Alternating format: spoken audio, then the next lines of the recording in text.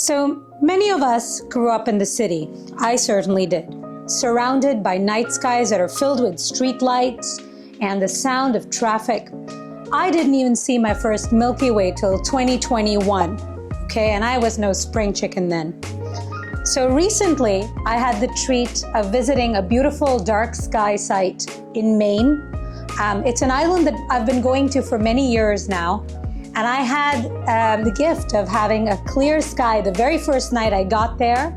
And I got to spend a beautiful night out there. I had my little star tracker, and I was able to enjoy the stars in a peaceful, safe environment and capture the galactic core of the summer Milky Way. I'd love to share this experience with you. Let's get to it.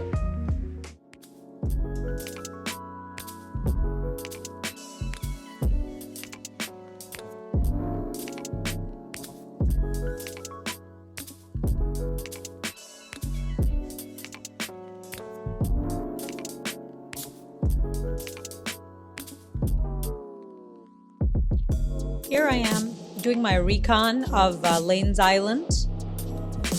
I've been here tons of times. And I set up near that picnic bench on the left-hand side. So that's where I put my blanket and my star tracker. And this is a south-facing view. So I know that the Milky Way is going to rise above those trees because I've seen that before. And so that's what I'm going to aim to shoot. And you can see the surrounding environment here. So looks like we're all ready to go. Whenever you decide to go on such a stargazing trip, it's first important to do a recon during the daytime. Familiarize yourself with the driving route to get to the site, where are you going to park, where are you going to set up. Certain conditions like in the winter, you might want to set up in a place that isn't icy and so forth. A good resource is a local astronomy club or the local land trust. When I went to Banff National Park in Alberta, I wrote to the local RASC astronomical community in Calgary and got suggestions from there. The locals are usually really good at telling you what's a good place, a safe place for you to set up. Be aware of personal safety and also local wildlife. In Vinalhaven, it being a very small island, I knew that the largest animal you'd find is probably something like a fox, not like being out in BC with the bears and so forth, right? So it was a very different ball game. Do your homework and then you're going to be all set to have a beautiful, enjoyable trip. This is the star tracker. It follows the Milky Way across the sky so I can capture many images of it. In addition to my star tracker and my camera, I bought a couple other things to kind of have my setup space. I got this little picnic blanket so that I didn't have to sit on the wet grass. And then I got this thermocell to keep the mosquitoes at bay. And I have my dew heater strap, really important, otherwise your lens are going to fog up, and a USB battery to power the dew heater. The reticle illuminator that comes with the Star Adventure isn't the greatest. It just falls off and so forth. So I got this 3D printed one off eBay, and it powers right off the light in the Star Adventure. And then I have my Celestron red flashlight so I could see. But honestly, it was so dark that sometimes I just turned on my phone flashlight. And then finally, this is really important if you're going to do multiple exposures with the camera. This is a wireless intervalometer. The top part connects to the hot shoe mount on the camera. And then here you can use this remote control and set up your 2-minute sub exposures and a sequence of them. So yeah, this is the gear.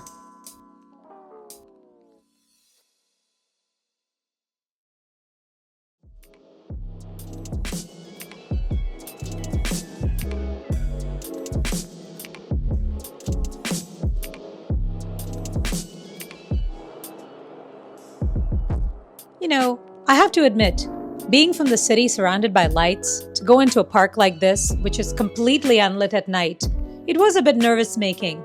But because I'd done my recon, I knew that this was all right for me to be in, and I could just relax and enjoy the experience.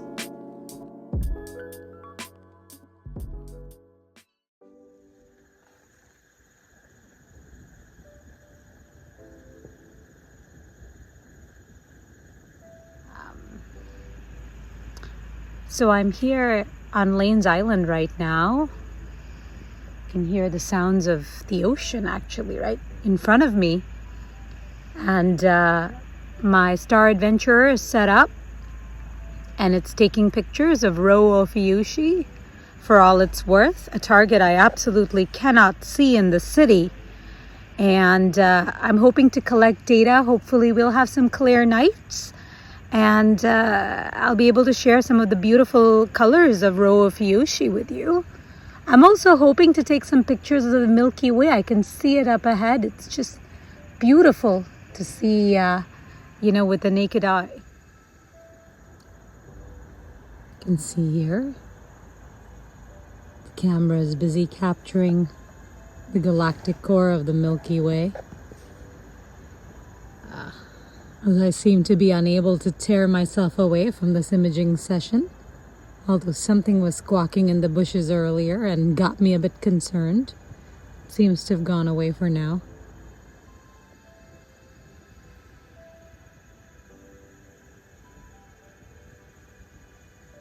Sometimes the noise and lights of the city can feel a little hard to get away from. So I find it an absolute gift to be able to go to a dark sky site and to experience the silence, the solitude, the peace, and the wonder of a starry sky and nature, and to just be. I saw meteors occasionally streak by, part of the Perseids shower. I'm so glad I made this call to enjoy this clear night at this beautiful location.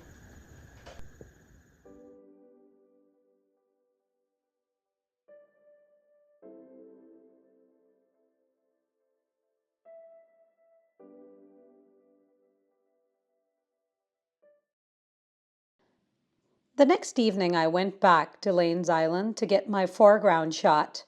I went around Blue Hour and made the mistake of wearing shorts and not taking mosquito repellent. Boy, was I eaten alive. But I did get my foreground shot.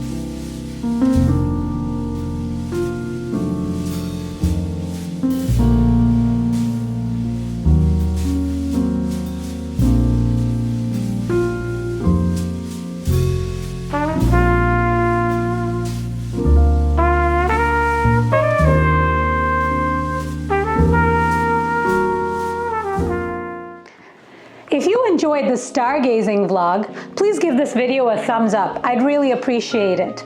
And my plan is to post videos about nature adventures, stargazing and astro stuff, and tech stuff for creatives. You'll find out that I really like my gear. If that's your jam, subscribe to this channel and stay tuned. For example, this thing just showed up last week. For those of you who know what this is a C-Star S50, and some call it a revolution in astrophotography.